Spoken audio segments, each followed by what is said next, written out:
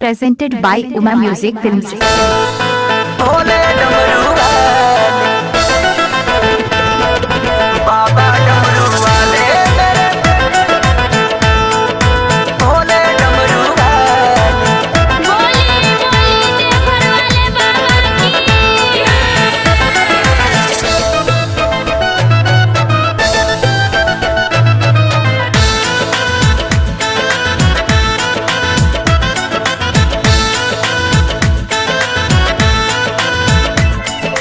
बाबा डमरू वाले मेरे, बाबा डमरू वाले, बाबा डमरू वाले मेरे, बाबा डमरू वाले।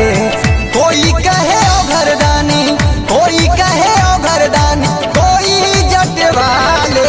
बाबा डमरू वाले मेरे, भोले डमरू वाले, बाबा डमरू वाले मेरे, भोले डमरू वाले।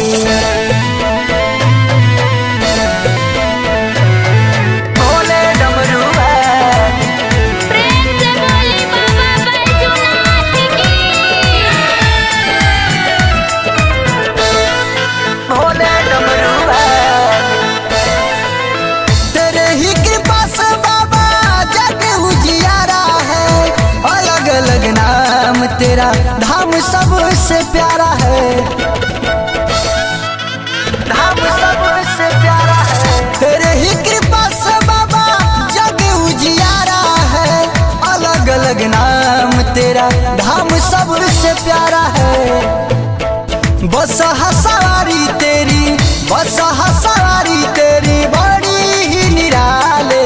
शंभू डमरू वाले, शिव शंभू डमरू वाले, भोले डमरू वाले मेरे, बाबा डमरू वाले, भोले डमरू वाले मेरे, बाबा डमरू वाले।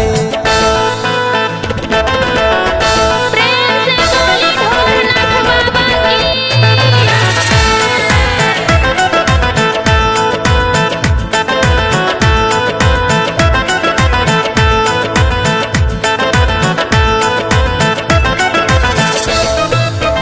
बोले बोले महेंद्रनाथ बाबा की।